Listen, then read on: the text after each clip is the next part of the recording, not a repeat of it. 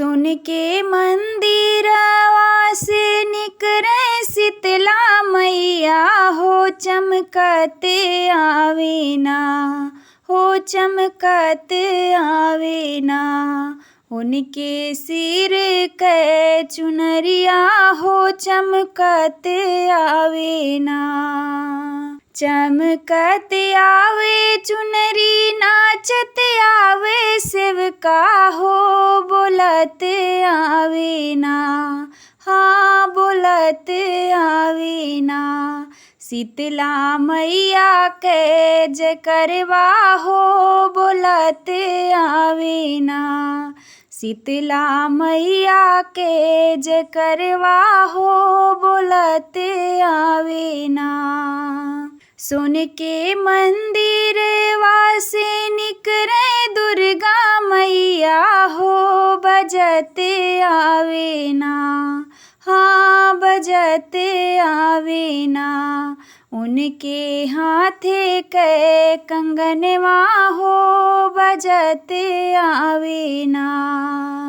बाजत आवे कंगना नाचत आवे सेवका हो बोलत आवे ना, हाँ बोलत आवे ना। दुर्गा मैया के जकरवा हो बोलत आवे ना। सुन के मंदिरवा से निकरे काली मैया हो बजत आवे ना, हाँ बजत आवे ना। उनके पैर के घुंघुरवा हो बजत आवे ना। बाजत आवे घुंघरू नाचत आवे सेवका हो बोलत आवे ना, हाँ बोलत आवे ना। काली मैया के जकरवा हो बोलत आवे ना।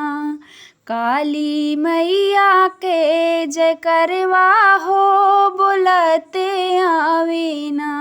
सुन के मंदिरवा से निकले शीतला मैया हो चमकते आवे ना, हो चमकते आवे ना।